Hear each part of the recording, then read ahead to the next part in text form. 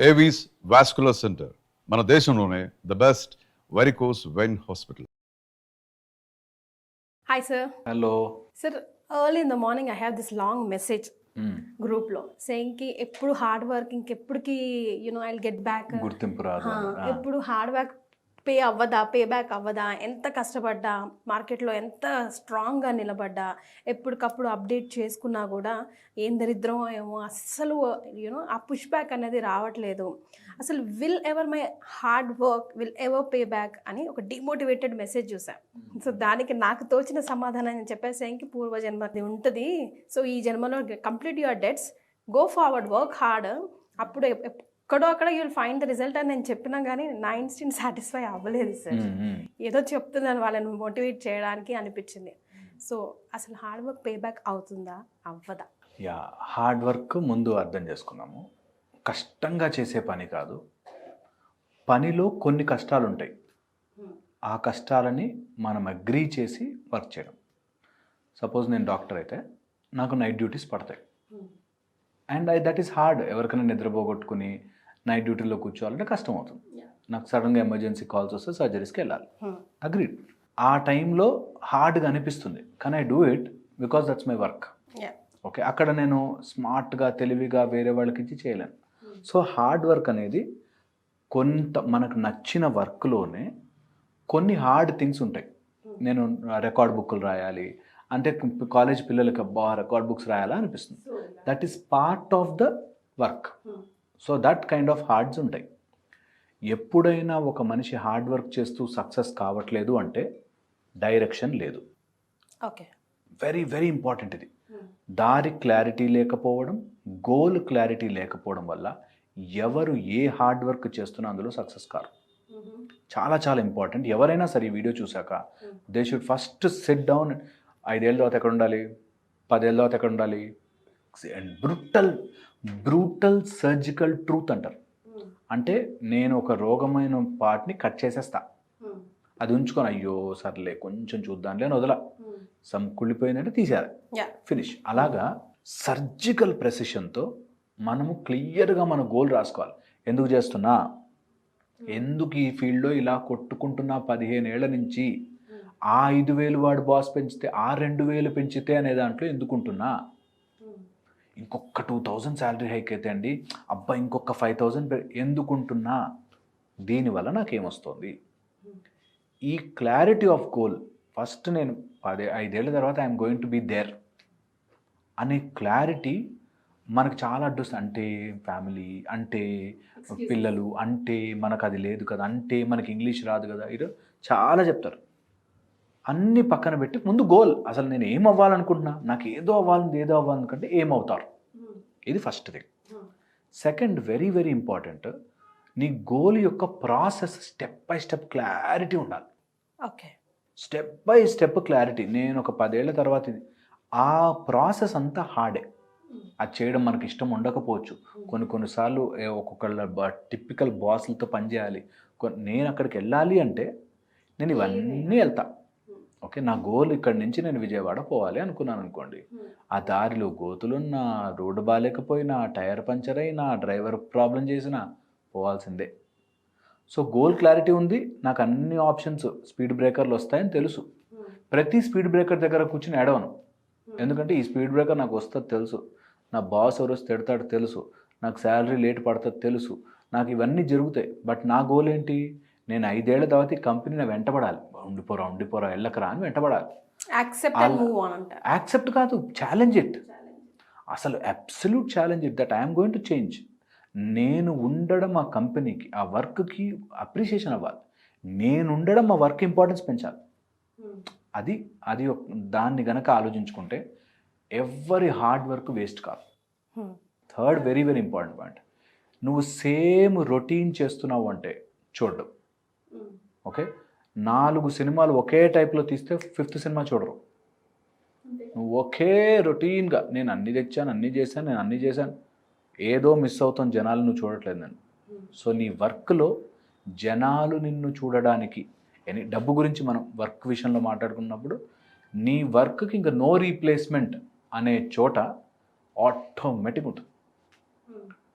వర్క్కి no replacement. నేను చేస్తే అక్కడ ఒక చోటండి ఇడ్లీ ఉంటుందండి అని పోతారు. ఓకే, నీ స్పెషాలిటీ ఉండి తీరాల్సిందే.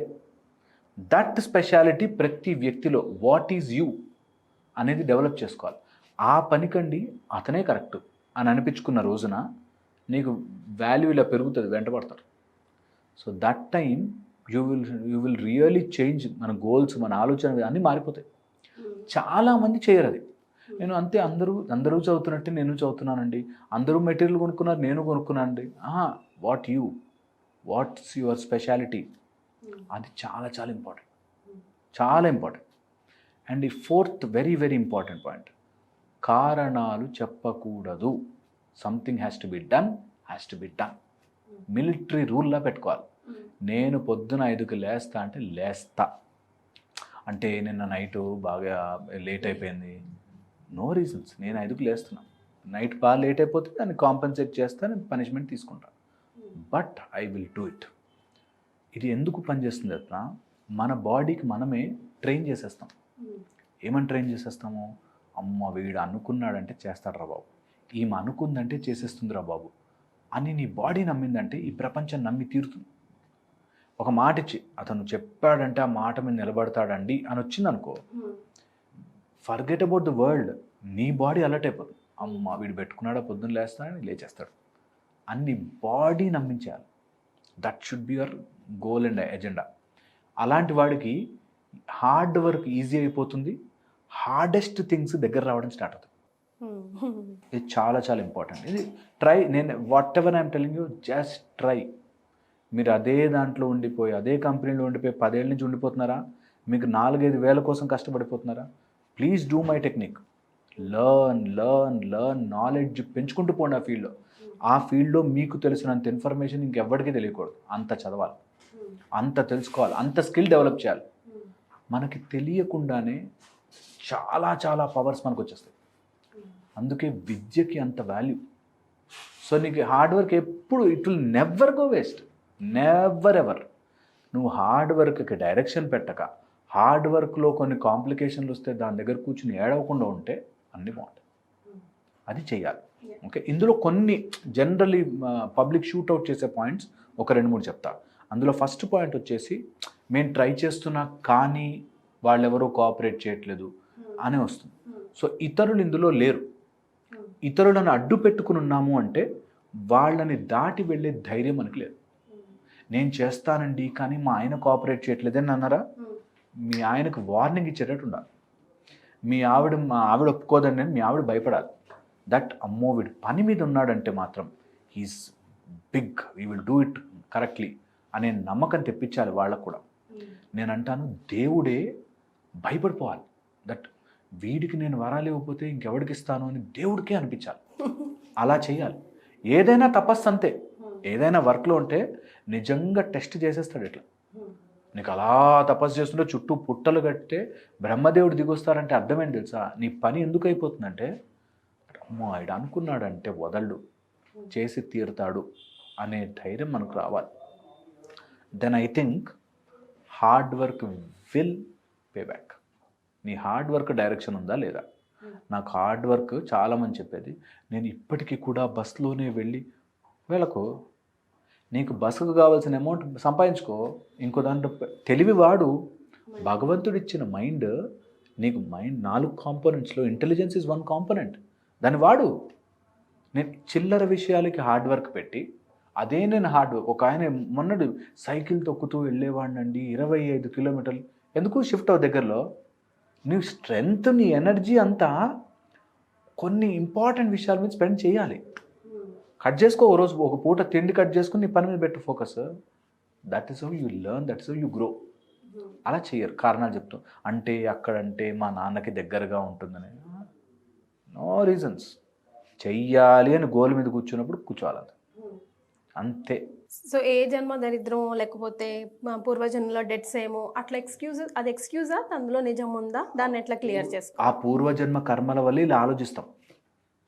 ఏముందిలే మా నాన్నే నాకు కోఆపరేట్ చేస్తుంటే, అదే గనక అప్పుడే గనక నేను చదివేసి ఉండుంటే, ఆ టైంలో కోవిడ్ రాకపోయి ఉండుంటే, నా కర్మ సార్, టైం బాగాలే సార్ అంటారు. టైం బాగాలేదురా అని అనుకోవడమే టైం బాగాలేనితనం. ఓకే, మన కర్మ మన అలాగే తింటుంది. దట్ ఏదో కారణం వస్తుంది.